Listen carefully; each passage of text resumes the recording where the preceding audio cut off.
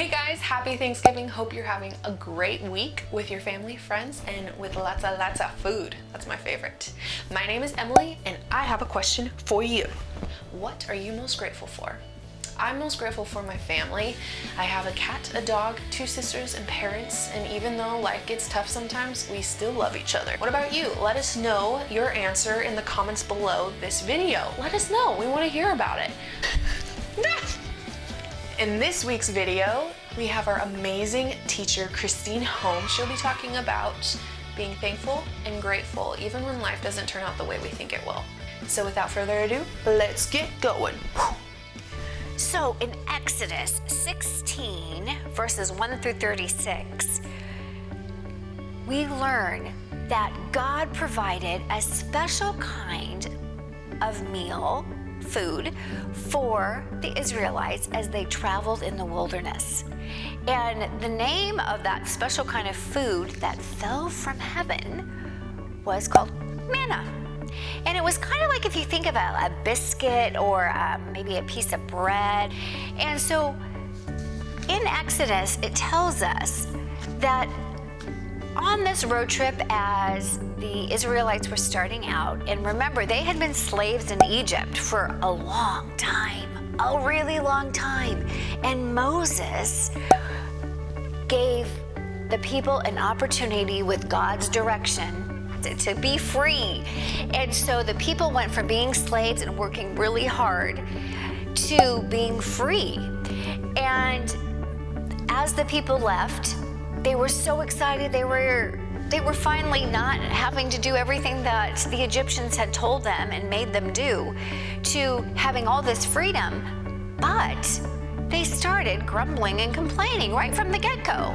I'm so hungry. I don't have anything to eat. And instead of trusting God, they just started grumbling and complaining with each other. Then they started grumbling and complaining to Moses and saying, Moses and Aaron, why in the world would you even lead us out of Egypt and have us be hungry?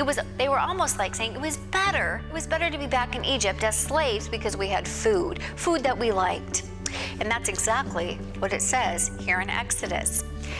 But God, in his goodness, heard their grumbling, heard their complaining, but still was so good to the Israelites. And so every morning when the Israelites woke up, they would find the ground covered with manna. It would fall from the heavens miraculously. Nobody had ever tasted it before, but they got to scoop it up and they got to use it and eat it for that day. Now, God did give them a special rule. He said, you can only scoop up enough manna for just that day for what you need. So take for your family, take for you just what you need. No more and no less. Don't take what you're not going to have and want to still be hungry. There's plenty, but don't save it up. And so most of the Israelites did exactly what God said, that the Lord had told Aaron and Moses, this is my direction. But there were some that thought, oh, well, I'll just take a little bit more. Nobody's going to know. I'll just put it aside. Well, guess what happened? When they woke up, their manna was full of maggots, those little worms that turn into flies, and it started to stink. Oh, so they were disobedient. God said, no, that was not part of my direction. And so they were not allowed to eat that. The manna was ruined. And not only did they get manna during the day, but they also got quail, which is a bird, at night. And so God was so good. He gave them meat to eat, and he gave us the special manna that fell from the sky. Well, on day 6, he also made a special provision, an exception, that they could pick up twice as much manna in the morning when it fell, because they had, on the 7th day was their Sabbath. That's the day where they honored the Lord. They did not work, and that's exactly what God had commanded them to do. So he said, I know that I commanded you to do that, so on the 6th day, I'm going to give you twice as much for you to keep. You can bake it, you can boil it, you can make it into cereal, you can make it into bread, whatever you want to do with it. You'll have enough to eat for the 7th day. And so that's what God provided.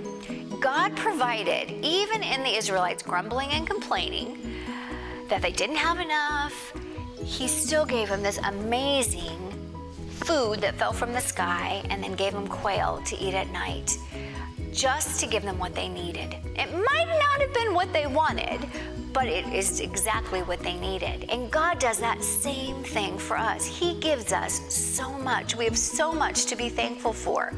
Can you imagine if you woke up, what kind of food would you like falling from the sky? Ooh, so many choices. It would be fun to have pizza coming down, or maybe some ice cream cones, or strawberries, or maybe asparagus. I don't know. I think maybe hamburgers. That might be good. Ooh, ribs. I love barbecued ribs. That might be the thing that I want falling from the sky. Well, obviously, food doesn't fall from the sky for us, but it did for the Israelites, and God knew that they needed just that. So I just want to encourage you guys that this week we're heading into Thanksgiving, and it is a time to really think about God's many blessings. He gives us so much. Some of them are really big things that we can be thankful for. Maybe a grandma got healed, or maybe he protected you from getting in an accident, or maybe you got to go somewhere very special. It was a long journey and you just didn't think it was going to ever happen, and you got to do it. And maybe it's little things. He does so many little things through the day that just is a reminder that God says, yeah, I'm here. Don't forget me. And he loves when we thank him. He just loves when we thank him. And so what I have done at nighttime is when I lay my head on the pillow, I remember those things.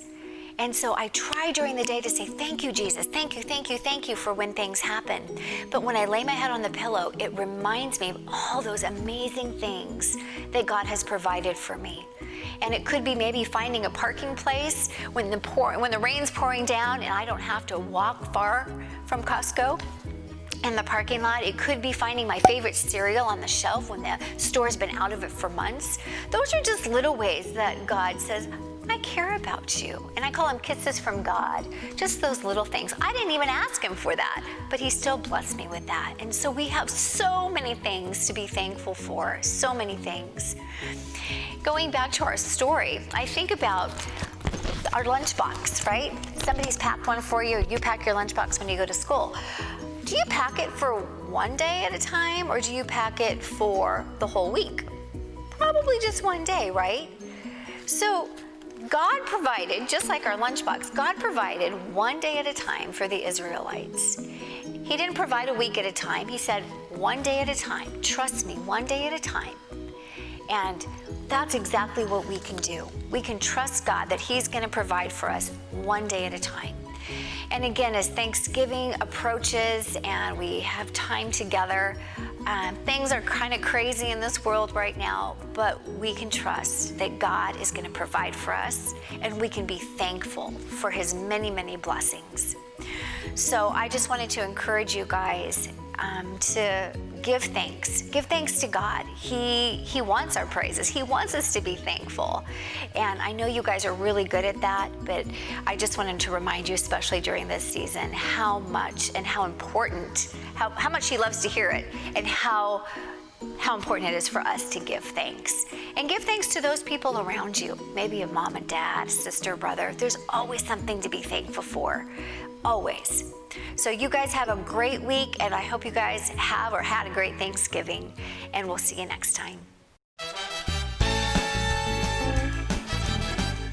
So Emily, what is an Italian's favorite kind of pasta? I don't know, Christine, what? Manicotti. Good one. I made that up myself. Don't forget to stay connected with us on our Facebook page. Thumbs up.